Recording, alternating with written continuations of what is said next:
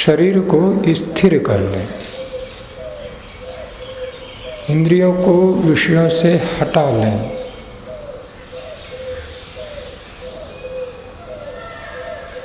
मन को ठहरा लें, कोई तनाव न रहने दें, कोई खिंचाव न रहने दें, कोई प्रयत्न शरीर, इंद्रियों और मन पर न रहने दें। निद्रा के पूर्व स्थिति जो होती है वो स्थिति अभी आप ज्ञानपूर्वक निर्मित करें। इसका नाम है स्थिति बना लें। अब मात्र कर्णेंद्रिय और वाणी का प्रयोग करना है।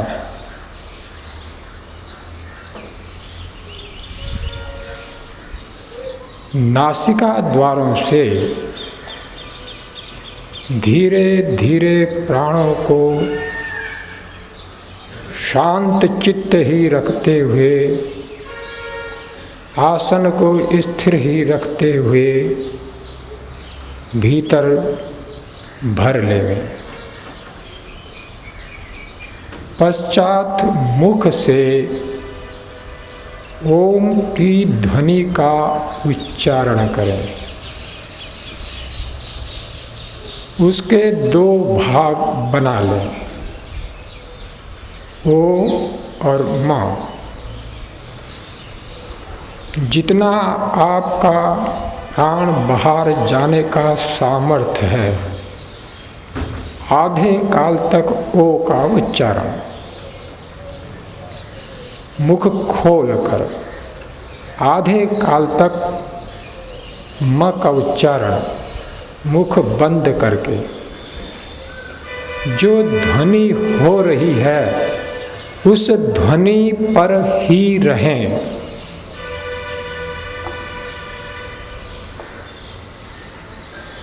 ये कार्य हमें मिल करके 3 बार करना है। प्राणों को भरना प्रारंभ करें।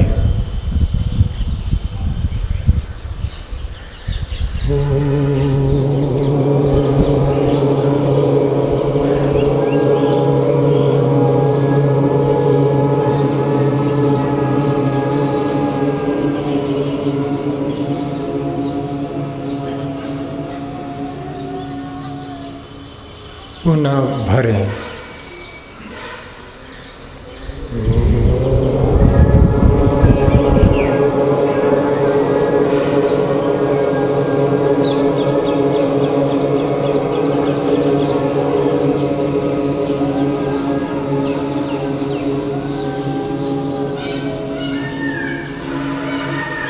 पुनः भरें।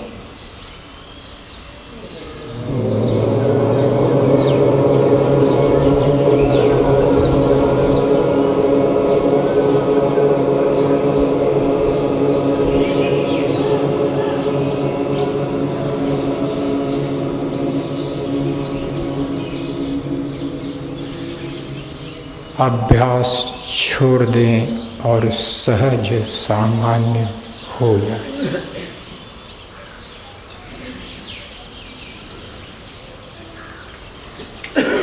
इस क्रिया का मैंने कोई आपको विश्लेषण नहीं दिया हूँ,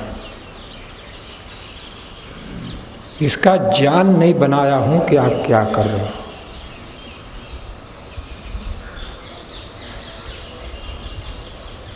यदि योग को आप थोड़ा बहुत भी समझते हो तो धारणा तक का ये कार्य आपका हुआ है।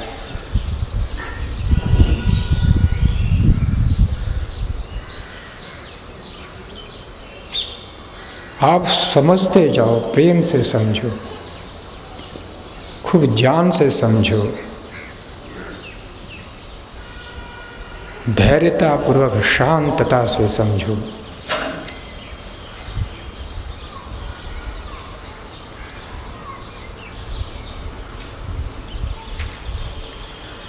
आत्मा और परमात्मा शब्द नहीं है, पदार्थ है। वैसे ही पदार्थ जो आप नेत्रों से प्रत्यक्ष करते हो, कर्नेंद्रिय से प्रत्यक्ष करते हो, त्वचा से प्रत्यक्ष करते हो, जिह्वा से प्रत्यक्ष करते हो, नासिका से प्रत्यक्ष करते हो। खूब विश्वास रखो इस बात पर, निश्चय रखो इस बात पर। लेस मात्र भी कोई इसमें अशुद्धता नहीं है।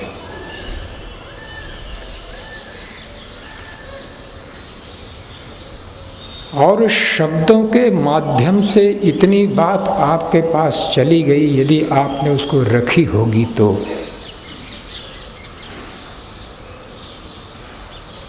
कि आत्मा और कोई नहीं, आत्मा आप ही हो।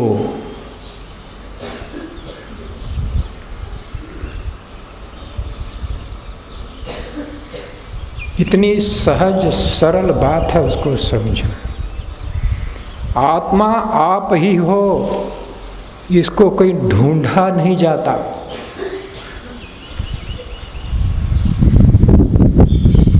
जब बात व्यक्ति कहता है मैं आत्मा को ढूंढता हूँ, आपने अपना विभाग कर दिया। ये जो मैं है शरीर का, इस मैं को अपना अस्तित्व मानकर और आत्मा अपने से पृथक कोई है उसको मैं देखूंगा, धारणा ही भूल भरी है। खूब समझना पड़ेगा, प्रेम से समझना पड़ेगा।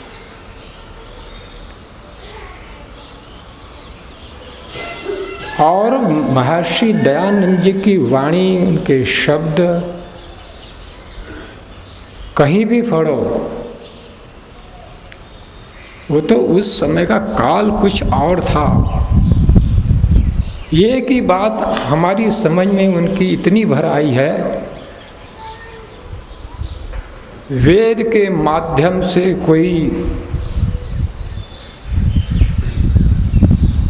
ईश्वर के स्वरूप को सिद्ध करे और उससे विपरीत कोई सिद्ध करे, वो बिल्कुल मान्य नहीं है। एक ही पंक्ति की बात का बहुत बड़ा उन्होंने विस्फोट किया। समस्त शास्त्रार्थ की पद्धति यही थी, क्योंकि जिसकी उपासना से संपूर्ण मानव जाति का कल्याण संभव है और उसी में मिथ्या ज्ञान हो गया, और जबकि पूरी मानव जाति लगभग ईश्वर को मानने वाली है।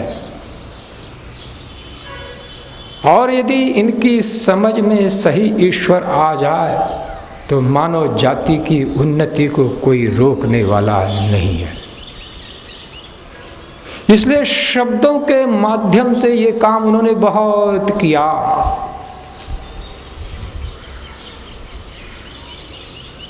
पर कोई एक गुरुदत्त सरिका उस समय में भी खड़ा था, कोई श्रद्धानंद सरिका उस समय भी खड़ा था।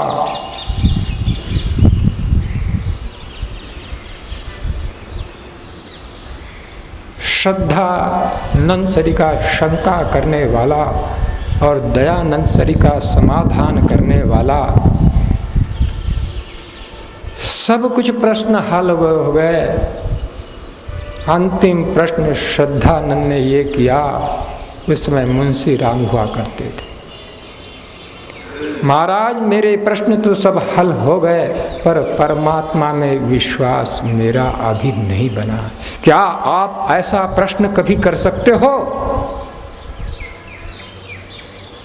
ग्रंथ पढ़े, सब कुछ हुए, सच्चे जिज्ञासु कुछ मुझे मिलते हैं, वो अपने आप को नग्न कहते हैं नहीं मुझे अभी परमात्मा पर विश्वास नहीं। वो बोलते भी हैं, बताते भी हैं, सिखाते भी हैं, पर जब मेरे साथ मिलते हैं तो कहते हैं मैंने खूब ढूंढ लिया, मुझे विश्वास नहीं है। ऐसा जो अपने सत्य को स्वीकार कर ले, हो नहीं सकता। उसके पास वो घटना न घटे जो श्रद्धानंद के साथ घटी।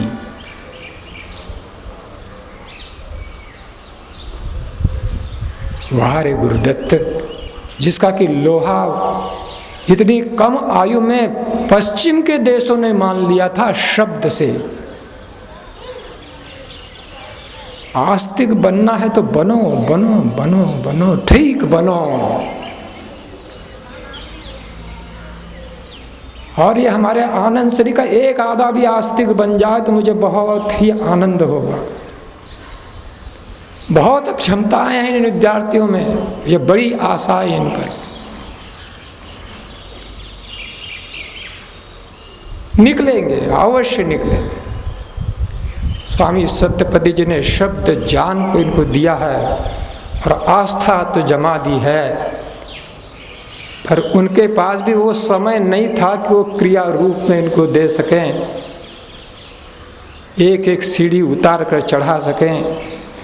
प्रलयवत अवस्था तो दी, पर उनकी तो पूर्व जन्मों के अत्यंत गहरे संस्कारों से घटना के साथ साक्षात घटी थी, कल्पना उन्होंने नहीं की थी। हम कल्पनाएं करके वो चीज़ें घटाते हैं, इसलिए कल्पना का प्रभाव सिर्फ थोड़े से काल रहता है, बाद में तो ये जो हमारी अविद्या है उसका प्रभाव छा जाता है।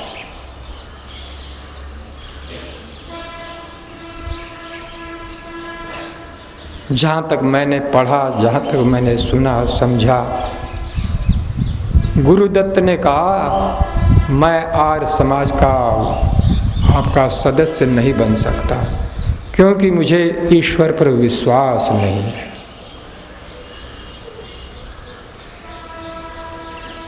क्या उद्भुत विद्वान था, क्या अपने सत्य को स्वीकार करने वाला था। यही तो भूमि है वो अजमेर की, भिवानी कोठी की। ऋषि दयानंद जी प्रयाण कर रहे हैं इस शरीर को छोड़ करके, उसके पहले से वो सेवा करने आए हुए थे। देख रहे थे, कुछ नहीं बोल रहे थे, गहराई से देख रहे थे।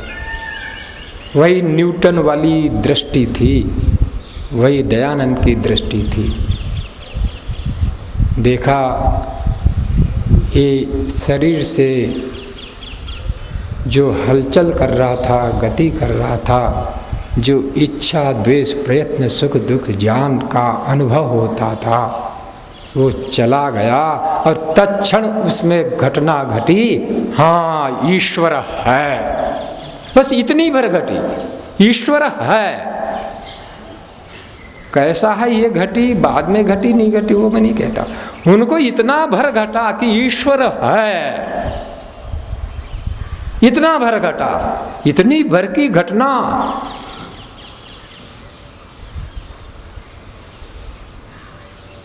संपूर्ण जीवन को एकदम बदल देती है। एक एक शरीर के रोम से अविद्या की जड़ को उखाड़ कर फेंक देती है। सिंह से लड़ने के लिए बकरी कभी जा सकती है?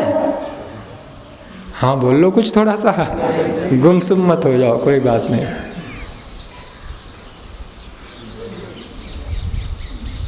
क्या जहाँ विद्या जग जाए, ईश्वर का विश्वास जग जाए, वहाँ कोई और रोग घुस सकता है? एक ही ऐसी प्रबल शक्ति आपके पास अर्जित हो जाती है कि उनको हिम्मत ही नहीं होती, टकरा कर वापस चली जाती। कौन सी लोकेशना, कौन सी उत्तेजना, कौन सी पुत्रेशना, कौन से विषय रस, एक ही झटके में सब काम खत्म हो गया। वही हुआ गुरुदत्त के साथ भी। बस आपको कहें तो कहेंगे पागल हो गया।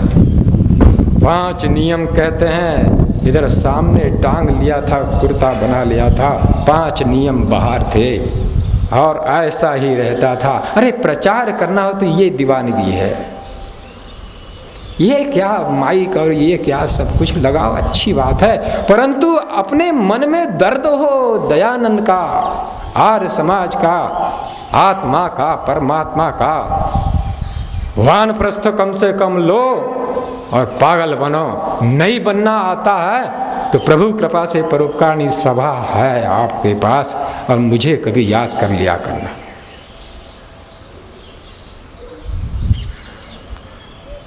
प्रभु की क्या लीला घटी कि ये घटना यहां पर घटी मेरे साथ। कभी मैंने सोचा भी नहीं था कि यहां मुझे इस आश्रम में प्रवेश करना है। इन ब्रह्मचारियों को जिस दिन से मैंने देखा था और दयानंद की वसीयत को पढ़ा था, उस दिन से मुझे विश्वास हो गया था ये भूमि अब दयानंद के सपनों को जागृत करेगी, ईश्वर विश्वासियों को जागृत करेगी, आत्मदर्शियों को जागृत करेगी, परमात्मदर्शियों को जागृत करेगी, और एक जागृति पूरे तहस नहस कर परमाणु बम की शक्ति है वो चीज। अब मुझे इस प्रचार में बिल्कुल जैसी आप लोगों को रुचि है, करता हूं सब कुछ, मुझे रुचि है इन बीजों को तैयार करने में। एक ही बम तैयार हो जाएगा, खूब अच्छा काम होगा। ये गुरु शिष्य परंपरा हमारी छूट गई, इससे दुर्दशा हो गई। हस्त मलकवत कोई अनुभव कराने वाले नहीं रहे, और न हम में ऐसी जिज्ञासा हुई समित पानी होकर जाने की कि एक जीवन स्वाहा कर देंगे और क्या होगा। जब भी मुझे ईश्वर की बात आती थी और संसार की बात आती थी, एक ही बात सामने होती थी, एक जीवन नहीं जिए थे, बचपन में 2 वर्ष से तब मर गए थे, फिर क्या कर लेता तू। सीधी टकराहट मस्तिष्क में यही आती थी, क्या जाएगा तेरा, लाया ही क्या था। और मान भी लिया भूल से कि सब तेरा है, तो रहेगा कहाँ। तीनों चीज ऐसी घनघोर भीतर चक्कर काटती थी, ये यहाँ के वेग एक भी घुसने को सामर्थ्य को प्राप्त नहीं होते थे। जागृत हो जाए अग्नि, जीवन रहेगा या साक्षात करके जाऊंगा। कोई प्रचार नहीं करूंगा, कोई काम नहीं करूंगा, पहले ये काम करूंगा। स्वामी सत्यपति जी ने यही तो सिखाया, और क्या सिखाया। इसी को भूलकर सब काम कर लिए तो क्या कर लिया। हाँ, पर उसमें सहायक हैं, उनको करना चाहिए, अपने लिए, लोगों के लिए नहीं। मैं खूब सिखाता हूँ, पहले से बहुत सिखाता हूँ। भजन खूब गाओ, मस्ती में गाओ, पर अपने प्रभु के लिए गाओ, इनकी तालियों पर मत जाओ।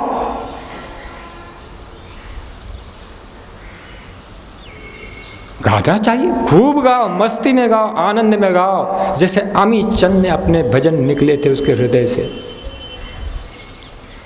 मीरा के कभी निकले होंगे, कभी सूरदास के निकले होंगे।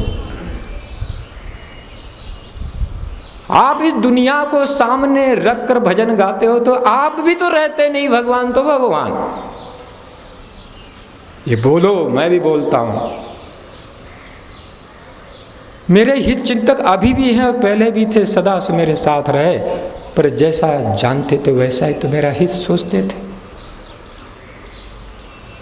अभी तो बहुत शांतता से बोलता हूँ, अब तो बात ही दूसरी है। अभी थोड़ा सा भाव आपके लिए प्रकट किया कि कोई आपके पास कण चला जाए चिंगारी का। ऐसी आग थी, ऐसी आग थी, जैसे मैं संसार को बदल दूंगा। तो आचार्य लोग जो मुझसे बड़े वरिष्ठ अनुभवी व्याख्यानदाता मेरे को धीरे से कान में कहते थे, आचार्य जी ये दुनिया नहीं बदलनी है, हमने खूब कर लिया है, आप काहे को गला फाड़ फाड़ कर इतना बोलते हो, जो कुछ बोलना है बोला चालो करो, बस बात खत्म हो गई। क्योंकि बल तो बहुत जाता है बोलने में, बहुत बल, सबसे ज़्यादा वो बोलने में जाती है। इसलिए साधक मौन रहता है। मौन रहने वाले भी मैंने बहुत देखे हैं, पर मौन की प्रक्रिया वाला मुझे अभी तक मिला नहीं। मौन रहो, पर सीखो पहले मौन से क्या करना है।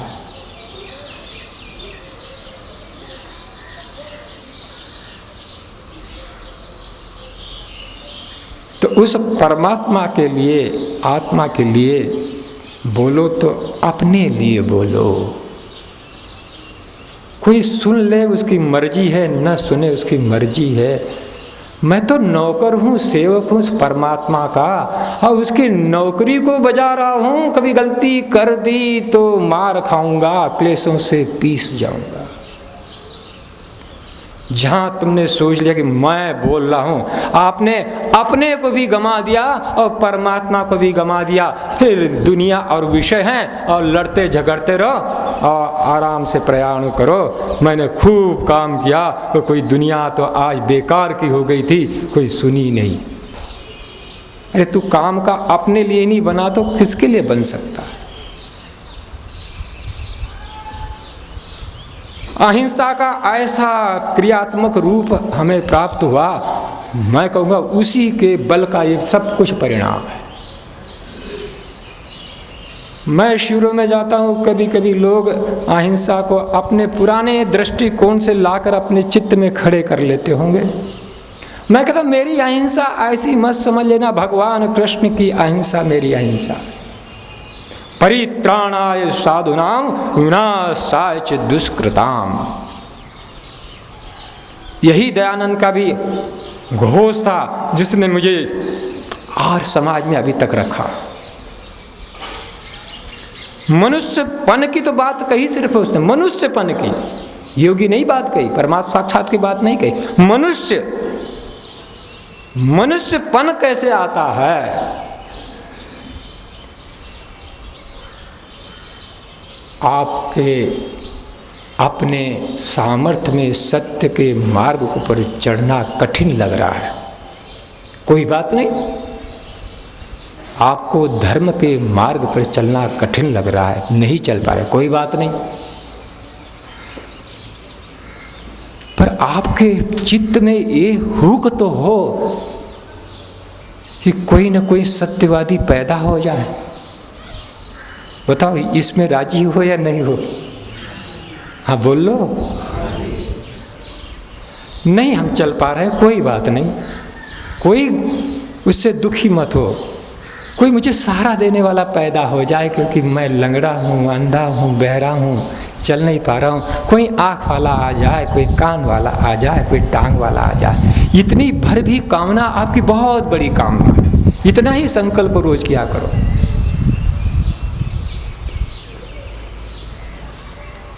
पर संकल्प वैसे ही क्या करो, शब्द अर्थ संबंध और भाव, अर्थ के साथ। और दयानंद जी ने उस अर्थ को बताया। बहुत प्यारी बात बताई, स्वमंतव्य आमंतव्य में लिखा है, चाहे धनवान से धनवान हो, और कहाँ तक हो, चक्रवर्ती साम्राज्य का अधिपति हो, चाहे बलवान से बलवान हो, सोच लो आपकी दृष्टि बलवान से बलवान है, चाहे गुणवान से गुणवान हो, तीनों विशेषण लगा दिए। परंतु यदि धार्मिक नहीं है, सत्यवादी नहीं है, तो उसका नाश, उसकी अवनति और उसका अप्रियाचरण सर्वदा किया करो।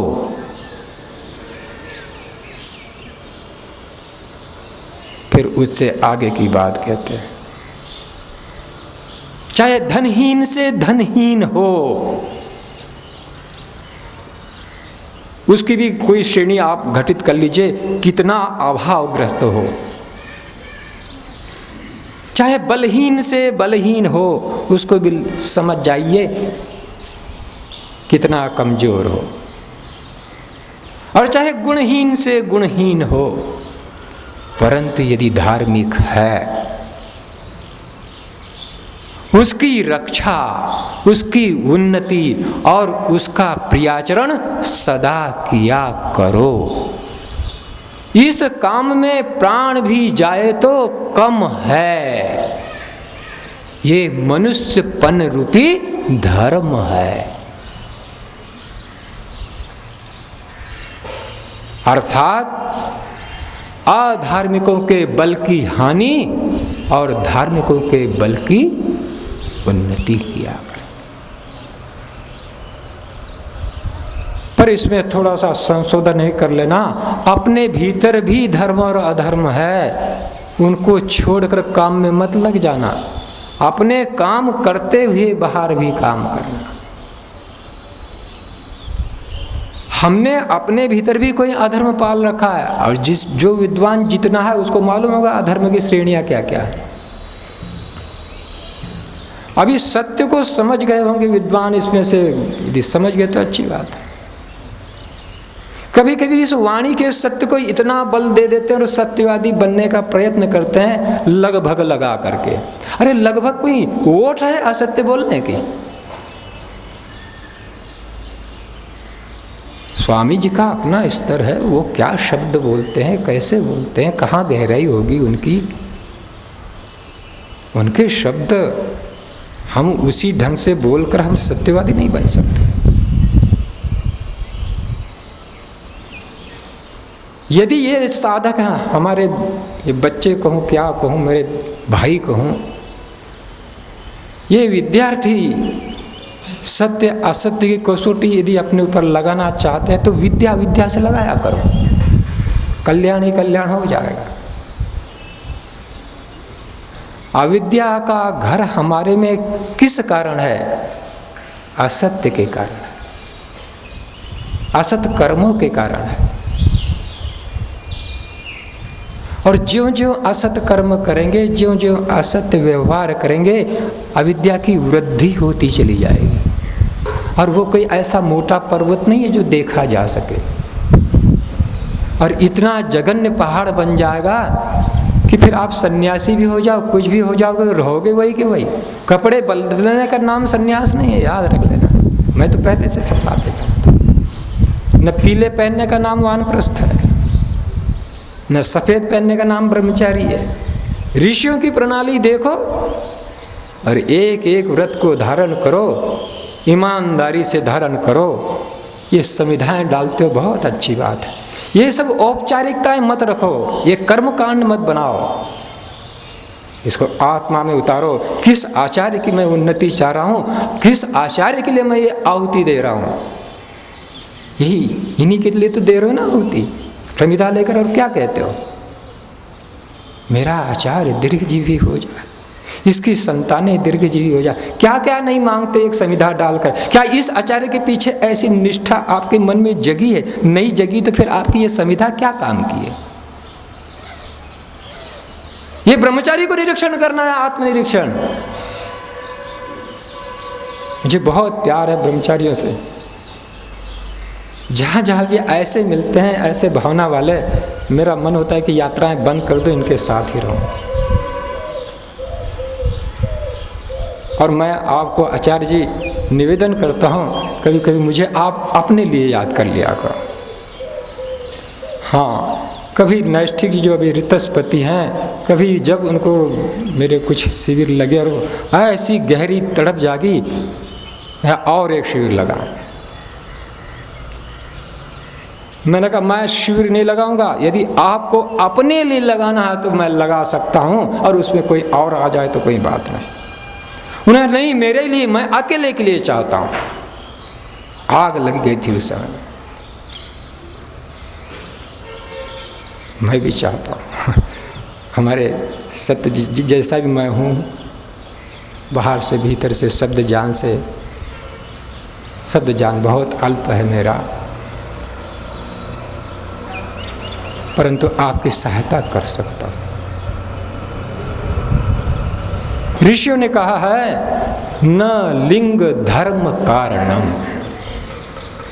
कोई ये चिन्ह रख ले और समझ ले मुझे में धर्म अवतरित हो गया तो महान भूल है। ये कभी इतनी सी बात पर आत्मनिरीक्षण कर लें तो सन्यासियों के भीतर आग लग जाएगी, क्या कर रहा हूं मैं, धर्म आया नहीं और लाल आ गए वापिस।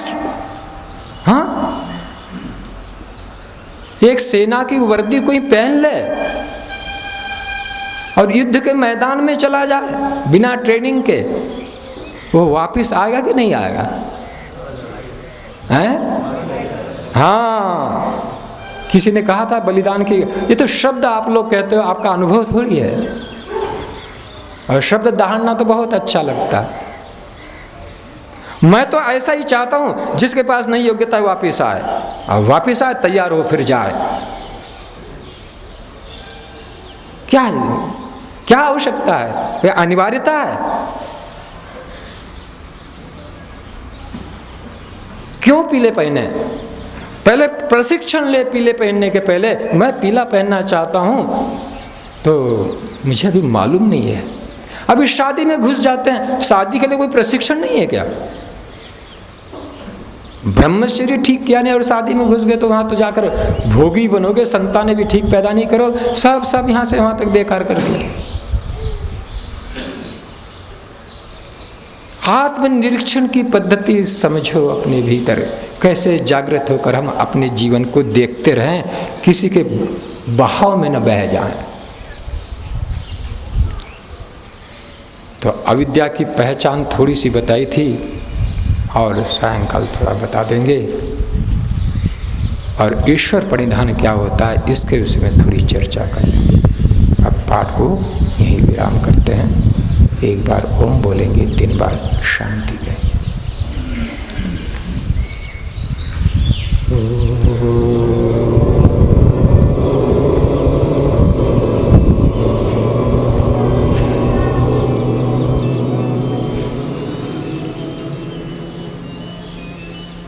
शांति शांति शांति।